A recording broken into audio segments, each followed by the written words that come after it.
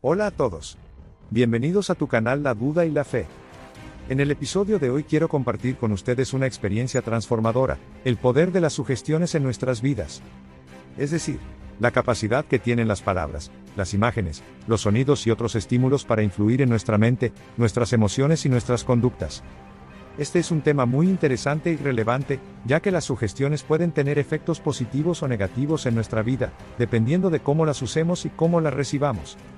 Lo primero que debemos conocer es, ¿qué es la sugestión? Y luego cómo podemos usarla de forma positiva. Las sugestiones son procesos psicológicos que implican que una persona responda bajo la influencia de otra persona, de un medio de comunicación, de un objeto o de cualquier otro agente externo o interno. A continuación compartiré algunas formas de sugestión que nos podemos encontrar. Las sugestiones verbales son aquellas que se transmiten mediante el lenguaje, ya sea oral o escrito. Por ejemplo, cuando alguien nos dice que somos inteligentes, que podemos lograr lo que nos proponemos, que nos quiere, que nos va a pasar algo bueno o malo, etc. Estas sugestiones pueden afectar nuestra autoestima, nuestra motivación, nuestro ánimo, nuestra expectativa y nuestra conducta. Las sugestiones no verbales son aquellas que se transmiten mediante otros canales sensoriales, como la vista, el oído, el tacto, el olfato o el gusto. Por ejemplo, cuando vemos una imagen, escuchamos una música, sentimos una caricia, olemos una fragancia o saboreamos una comida. Estas sugestiones pueden evocar recuerdos, emociones, sensaciones, pensamientos y acciones. Las sugestiones deliberadas son aquellas que se realizan con la intención de provocar un efecto determinado en la persona que las recibe. Las sugestiones involuntarias son aquellas que se realizan sin la intención de provocar un efecto determinado en la persona que las recibe, o que se producen sin la intervención de ningún agente externo. Por ejemplo, cuando una persona se sugestiona a sí misma por su propia imaginación, por sus creencias, por sus miedos, por sus deseos, etc., o cuando una persona se contagia del estado de ánimo, de la opinión o de la conducta de otras personas.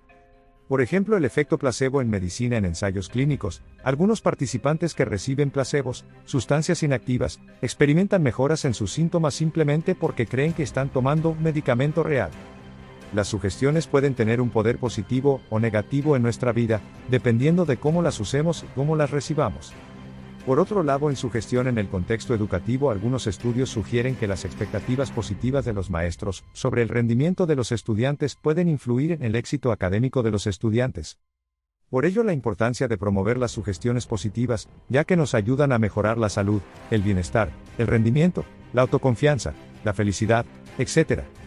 Por ejemplo, cuando nos decimos a nosotros mismos que somos capaces, que podemos conseguir nuestros objetivos, que merecemos ser felices, etc., o cuando recibimos mensajes de apoyo, de aliento, de reconocimiento, de amor, etc. Las sugestiones negativas son aquellas que nos perjudican nuestra salud, nuestro bienestar, nuestro rendimiento, nuestra autoconfianza, nuestra felicidad, etc.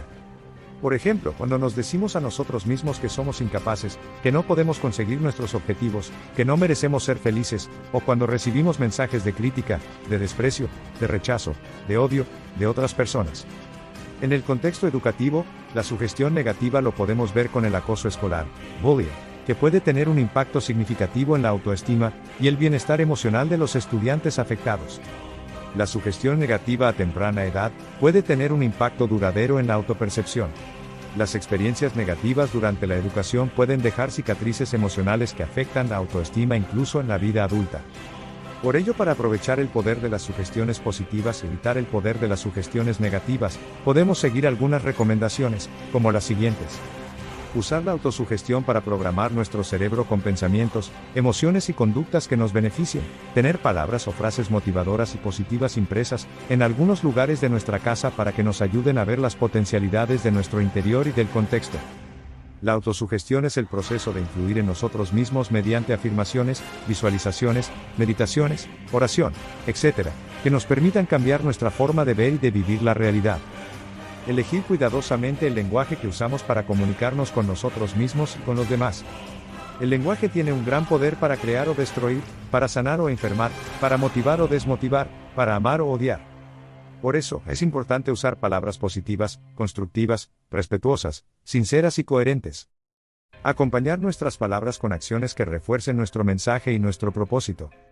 Las palabras por sí solas pueden tener un efecto limitado si no van acompañadas de hechos que las respalden y las demuestren.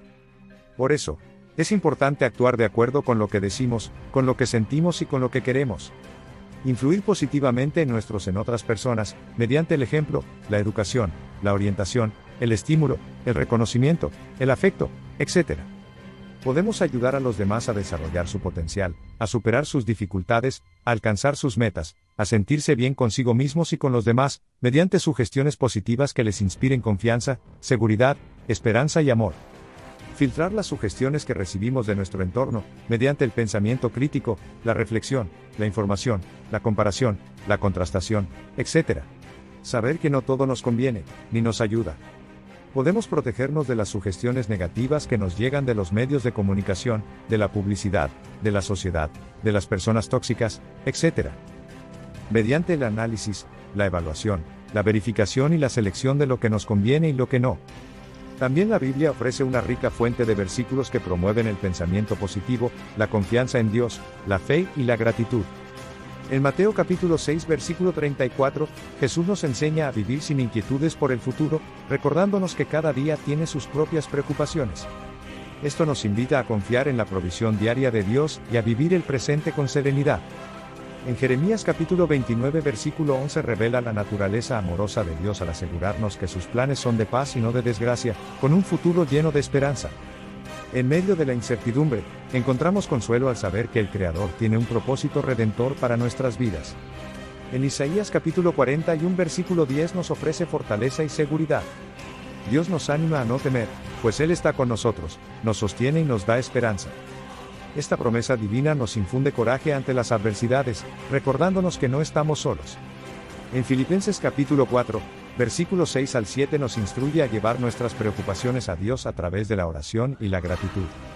La paz de Dios, que supera nuestra comprensión, actuará como guardiana de nuestros corazones y pensamientos, ofreciendo consuelo en medio de la ansiedad.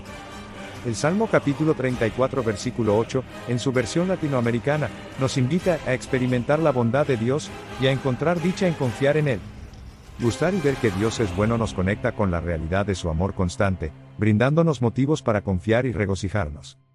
En resumen, estos pasajes bíblicos nos guían a confiar en Dios, a vivir con esperanza, a encontrar fortaleza en su presencia, y a experimentar su paz que va más allá de cualquier comprensión humana. Estos versículos reflejan la sabiduría y el amor de Dios, alentándonos a mantener una mentalidad positiva, a confiar en su guía y a vivir con gratitud y esperanza. También estos mensajes nos ofrecen un fundamento sólido para enfrentar la vida con fe y confianza en la providencia divina. Finalmente, la duda: ¿podemos curarnos o enfermarnos con nuestras palabras y nuestra mente? ¿Podemos influir en el destino de otras personas con nuestras palabras y nuestra mente? Gracias por acompañarnos en este viaje de reflexión.